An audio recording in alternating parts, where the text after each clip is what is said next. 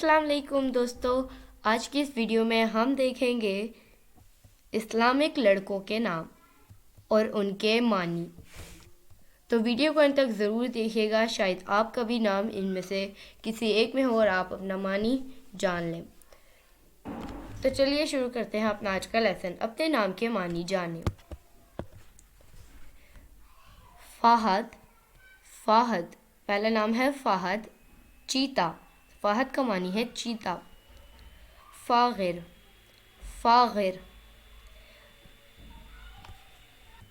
चंपा का फूल, चंपा का फूल। तलाल, तलाल खुशी। ज़यान, ज़यान मेहमान नवाज।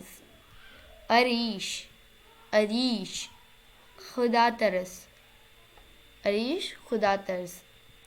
ताहा, ताहा पाक या आला। अरीब, अरीब तंदुरुस्त, तंदुरुस्त। आइज़, आइज़ पनाह लेने वाले, पनाह लेने वाले। दानियाल, दानियाल अदल करने वाला। दानियाल मतलब अदल करने वाला।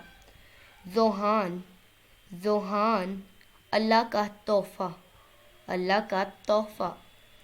अफ़ान, अफ़ान माफ़ करने वाला, अफ़ान माफ़ करने वाला। अशर, अशर अक्लमंद, अक्लमंद।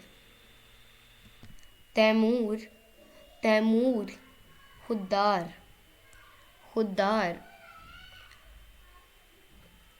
इरशान, अरशान, अरशान ताकतवर इंसान, ताकतवर इंसान।